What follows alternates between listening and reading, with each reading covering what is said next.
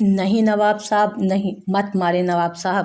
اپنی ہی چیخیں اپنے کانوں میں زور سے سنائی دیتی تھیں۔ مت ماروں؟ بدذات، تو اپنے شوہر کی چھت تلے بھاگ جائے اور تجھے کیا لگا نواب فضل خان تجھے زندہ چھوڑ دے گا؟ وہ اس کے بال پکڑتے جھنجھوڑ کر بولے۔ پوری حویلی ملازموں سمیت باہر کھڑی تھی۔ عورتیں تھر تھر کانپ رہی تھیں، جبکہ مرد نخوت سے اس کو دیکھ رہے تھے جسے نواب فضل نے اپنے جوتے سے بری طرح پیٹ ڈالا تھا، جبکہ چودھری مرتضیٰ کی گردن پر تلوار رکھے ادھمری حالت میں اس کو بالوں سے نواب فضل کے ملازموں نے پکڑا ہوا تھا۔ نواب صاحب میرا قصور ہے، میرا قصور ہے، چودھری صاحب کو معاف کر دیں۔ وہ پھر گڑ گڑائی۔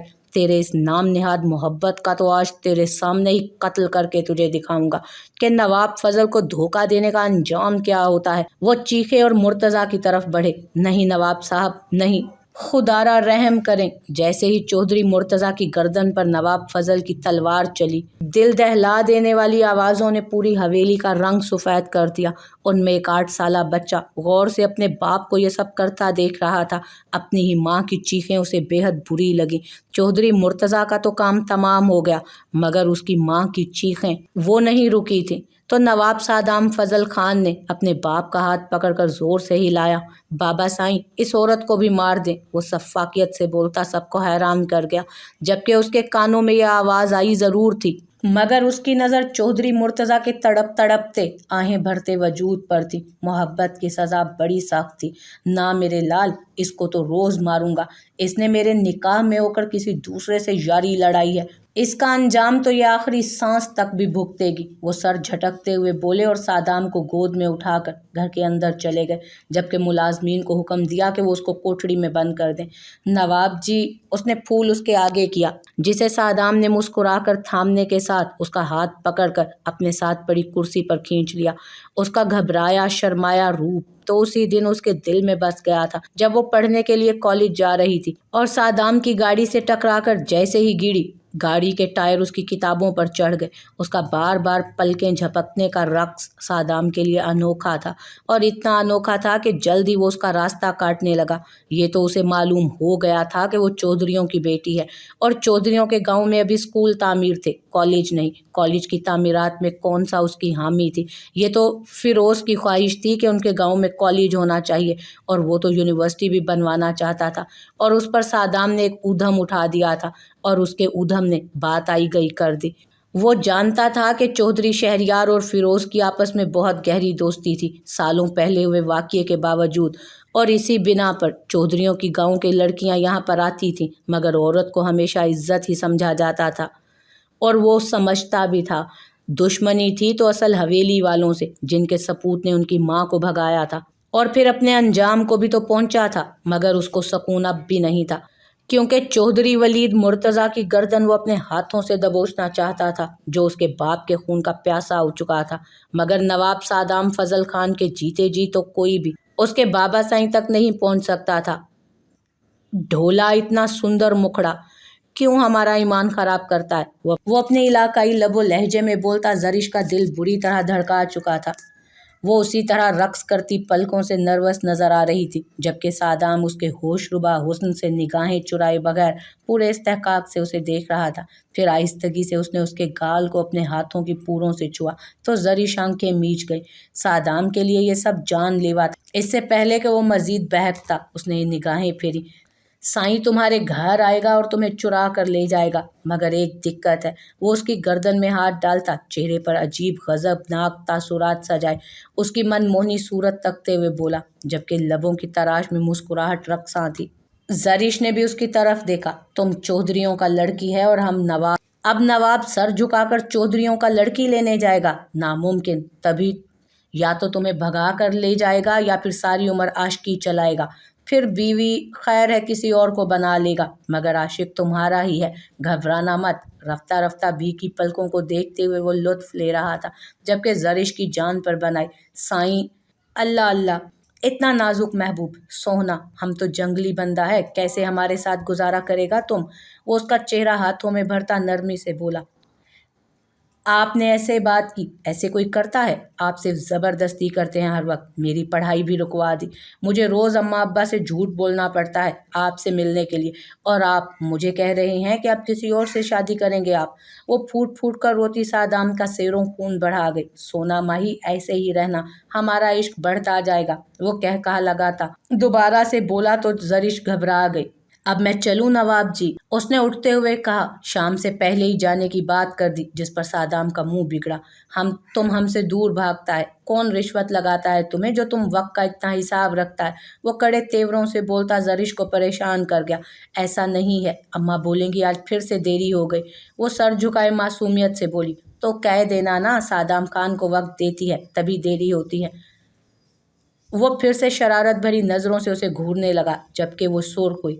جانے دینا۔ بالآخر چند لمحوں بعد وہ پھر بولی تو سادام نے عنایت کو آواز دی، جو روز زری کو دوسرے گاؤں کی حدود تک چھوڑ آتا تھا۔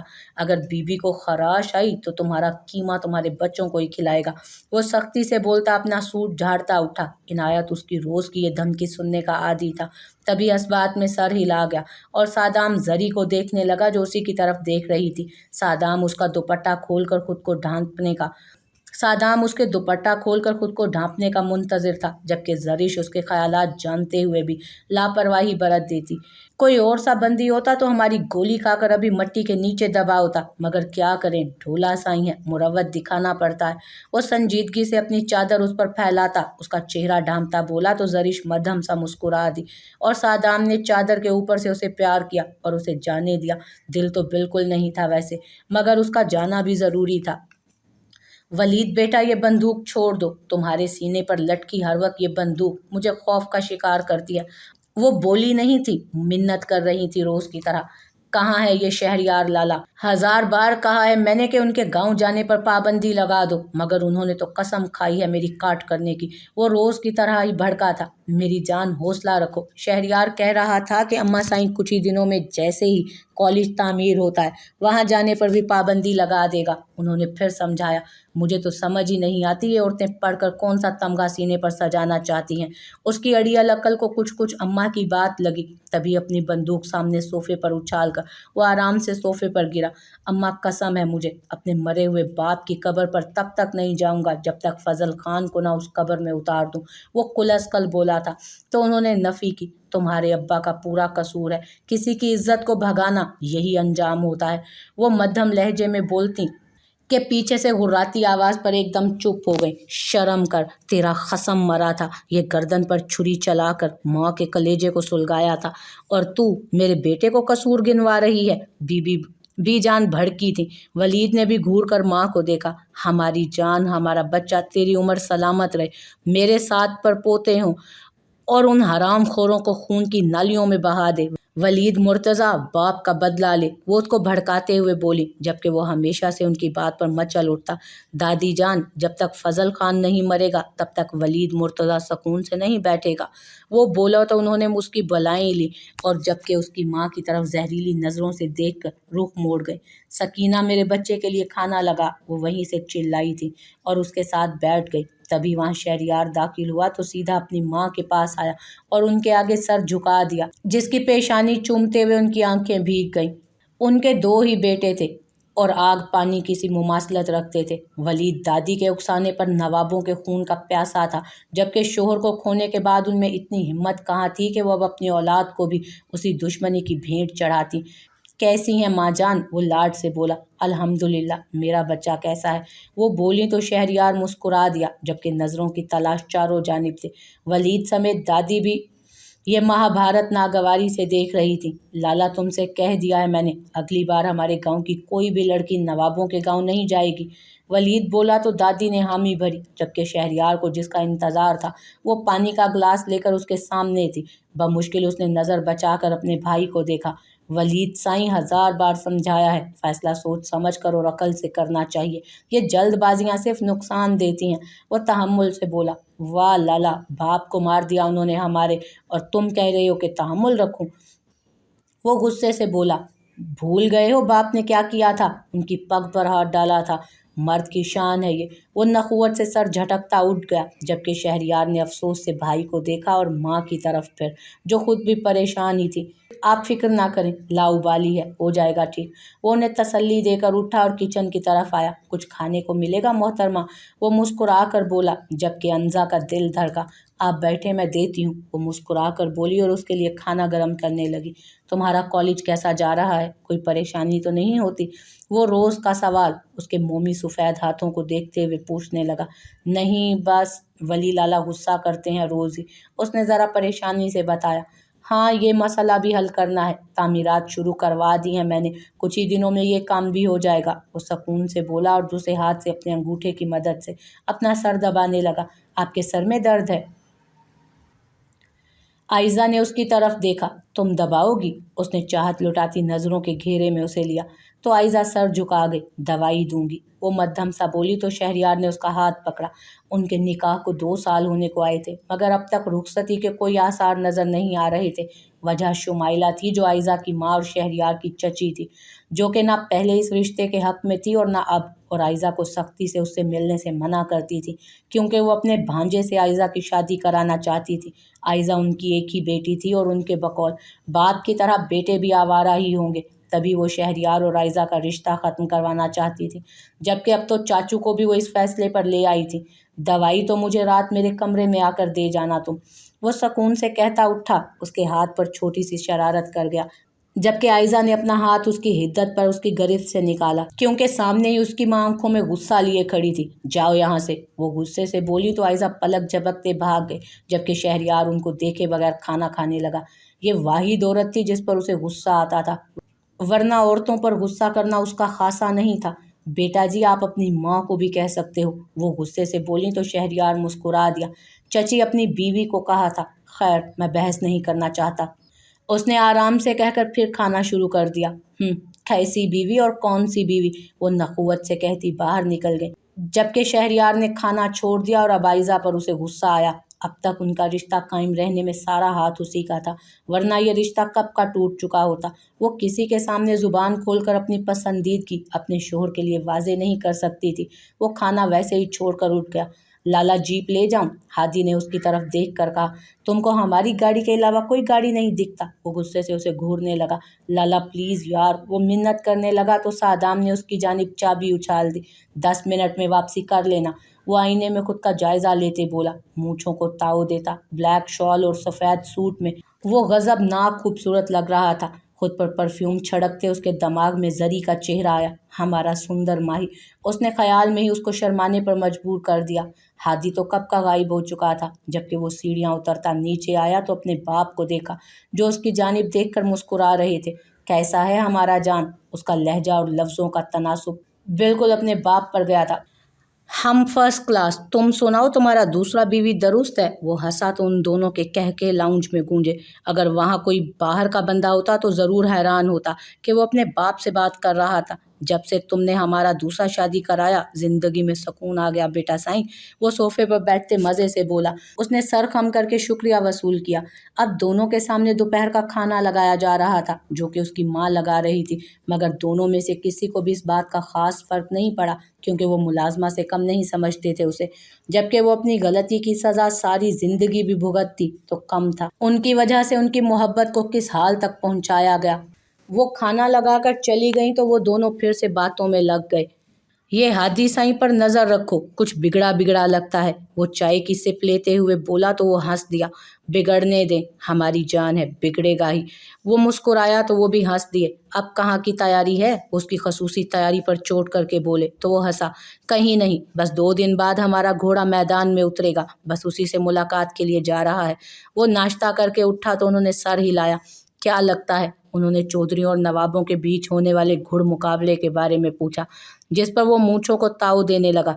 नवाबी सादाम खान के खून में है और जीत हमारे माथे पर चमकता है। वो आंखों को दिलकश जुम्बिश देता वहां से निकल गया, जबकि पीछे से वो मुस्कुरा दिए। सलाम चौधरी साहब। मुलाजिम ने वली के सामने अदब से सर झुकाया और एक तरफ हो गया, जबकि वली ने अपने घोड़े के सर पर हाथ फेरा। ये आला नस्ल का घोड़ा था जो उसने अरब से मंगवाया था, खास तौर पर जीतने के लिए। यार जीतना है, उस साले सादाम फजल खान को धूल चटानी है और फिर रफ्ता रफ्ता उसके बाप की गर्दन पर बिल्कुल वैसे ही तलवार चलानी है जैसे उन्होंने मेरे बाप। वो खामोश हुआ, गुस्से से आंखें सुर्ख हुई थी। तुम बाहर लेकर जाते हो इसको? उसने मुलाजिम की तरफ देखा जबकि घोड़े की पीठ पर हाथ फेर रहा था वो। जी चौधरी साहब, रोज लेकर जाता हूँ, और कल तो मैदान में दौड़ाया भी था। वो बोला तो उसने सर हिलाया। बहुत खूब, बस इसको मजीद ट्रेन करो कि ये उस दिन जीत को चौधरियों की पग पर सजाए, वरना इसे बता देना बंदूक से भेजा उड़ा दूंगा इसका। वो सर झटकता हुआ कहता बाहर निकल गया जबकि मुलाजिम ने सर हिलाया। खेतों में कोई मसला तो नहीं? उसने अपने साथ चलते खास मुलाजिम से पूछा। नहीं चौधरी जी, बस ज़्यादा फसल के इंतज़ार में है ताकि नवाबों को घुड़ मुकाबले के साथ यहाँ भी हार का मुंह देखना पड़े। मुलाजिम भी नफरत से बोला। होना तो यही चाहिए। वो सिगरेट सुलगाता बोला और नहर के पास बैठ गया। वो अक्सर इस तरफ आता था। यहाँ से दूसरी तरफ नवाबों का गांव था। उनके गांव से गुजरती नहर को उसने नफरत से देखा। फजल खान का खून इसी नहर में बहेगा। वो यही सोच रहा था कि दूसरी तरफ नहर के साथ लगे पीपल के दरख्त के नीचे एक खूबसूरत लड़की को देखा। वो गौर से देखने लगा उसे। उसके गिर्द काफी कबूतर थे जिन्हें वो मोहब्बत से दाना डाल रही थी। वो सिगरेट के कश भरता गौर से उस लड़की को देख रहा था जिसके बालों की लटें उसके चेहरे पर रक्सा थीं। ये मंजर काफी दिलकश था और खूबसूरत भी, मगर वली को ज्यादा बर्दाश्त नहीं हुआ। अपनी बंदूक को लोड करके उसने एक कबूतर का निशाना लिया जबकि सिगरेट को लबों में दबा लिया। ट्रिगर दबते ही दो कबूतरों की जोड़ी खून में लथपथ एक तरफ लुढ़क गई जबकि निस्वानी चीख भी उसे सुनाई दी थी। होंठों पर तंजिया मुस्कुराहट लिए उसने किसी गेम की तरह ये मंजर इंजॉय किया और बाकी 6 कबूतर भी उसके ट्रिगर का निशाना बने और मुख्तलिफ जगहों पर गिर गए। अब वो लड़की की तरफ देख रहा था जिसने बस एक नज़र सुर्ख नज़रों से उसे देखा और फिर वो मुर्दा कबूतरों के साथ हुए इस बेरहम रवैये पर रो रही थी। वली की मुस्कुराहट मजीद गहरी हुई। वो चाहता था वो लड़की सर उठाकर उसकी तरफ देखे, मगर लड़की कबूतरों के गम में निढाल हो रही थी। और इससे पहले कि वो लड़की उसकी तरफ देखती, पीछे से मुलाजिम की आवाज़ पर वो पलटा और 2 लम्हों बाद उसने दोबारा उस तरफ देखा तो वहाँ न कबूतर थे और न वो लड़की। वो नफ़ी में सर हिलाता उठ गया जबकि अपनी बंदूक दोबारा गन होल्डर में सजाकर वो क्रोफर से चलता अस्तबल की तरफ, लेकिन जहन की स्क्रीन पर वो नक्श हो गई थी 2 आंखें। वो मुस्कुरा दिया। उसका दिल बैठा जा रहा था। हाथों में कबूतर भरे वो हवेली के अंदर दाखिल हुई और वहीं सहन में बुरी तरह रो दी। क्या हुआ जाना? धी रानी रोती क्यों है? बाबा साईं की फिक्रमंद आवाज़। वो उनकी जानिब देखती हुई दौड़ी हुई उनके सीने से लग गई। क्या हुआ जाना? धी रानी रोती क्यों है? बाबा साईं की फिक्रमंद आवाज़ पर वो उनकी जानिब देखती, दौड़ती हुई उनके सीने से लग गई। इनायत! वो किसी हादसे का सोचकर गुस्से में इनायत को पुकारने लगी जबकि कशमाला भी साथ थी। फिर किसकी जुर्रत थी फजल खान की बेटी पर गलत निगाह डालता? इनायत के कुछ बोलने से पहले ही जाना ने सिसकते हुए अपने कबूतरों की तरफ इशारा किया। बाबा साईं, वो गांव वालों ने मेरे सारे कबूतर मार दिए। वो फूट फूट कर रो दी तो वो जलाल में आ गए। इतना हिम्मत किस में पैदा हो गया कि फजल खान की बेटी के साथ या उसके जानवरों के साथ भी ऐसा करे? इकट्ठा करो गांव वालों को। वो इनायत पर चिंगाड़े जबकि उसने सर नफी में हिलाया। वो दूसरे गांव का था, चौधरियों का। वो आंसू साफ करती बता रही थी और इस बात पर उनका पारा मजीद हाई हुआ। अभी वो चिल्लाते कि फिरोज सामने से आया और जाना के सर पर हाथ रखा। बेटा, मैं और दिला दूंगा। वो मामला निमटाता हुआ बोला। अगर ये बात सादाम के कानों में पहुंची तो लाजमी वो जंग शुरू कर देता। उसे तो सिर्फ चौधरियों से लड़ने का मौका चाहिए था। तुम ये सिखा रहा है? वो गोली हमारा बेटी को भी लग सकता था। इतना जुर्रत उनमें कि हमारा बेटी के सामने गोली चलाए। क्या भूल गया है फिरोज खान? हम अपनी ही धी रानी के सामने बंदूक नहीं लाता और वो कमबख्त गोलियां चलाता है। फ़ोन घुमाओ इनायत, बुलाओ सादाम खान को, वही होश ठिकाने लगाएगा उसके। वो फिरोज पर भड़कते हुए इनायत को भी बोले थे।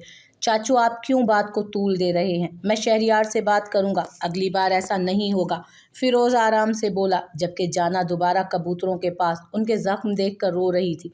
फिरोज, तुम हमारी नज़रों से दूर हो जाओ। वो जाना को बाहों में भरते नागवारी से बोले जबकि फिरोज खामोश हो गया। शुक्र ये था कि वो जाना के रोने से वहां से चले गए, वरना एक और तमाशा ज़रूर होता।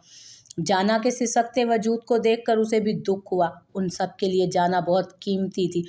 एक अकेली लड़की थी। तभी सब उसको आंखों का तारा समझते थे। बाप भाई की लाडली थी, फिर भी कम हिम्मत और कमज़ोर दिल की थी। इनायत सादाम को कुछ मत बताना। वो बोला तो इनायत ने सर हिला दिया और चला गया। जबकि फिरोज़ लाउंज में दाखिल हुआ तो जाना अभी भी रो रही थी। बेटा मैं और ला दूंगा, रो मत।